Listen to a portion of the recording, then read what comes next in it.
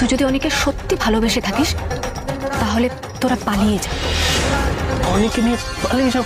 পালিয়ে যা। কি উল্টো পাল্টা কথা বলছিস? হ্যাঁ, তোর কি মাথা? শুধু তোমারই জন্য সিরিয়ালের আজকের পর্বে দেখা যাবে হ্যারি অনিকে নিয়ে একদম ভেঙে পড়ে।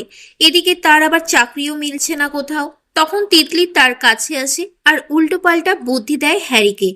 তিতলি বলে, তুই এক কাজ কর, তুই অনিকে নিয়ে পালিয়ে যা, পালিয়ে তোরা বিয়ে করে নে। একবার মাথায় সিঁদুর উঠে গেলে আর কেউ কিচ্ছু করতে পারবে না।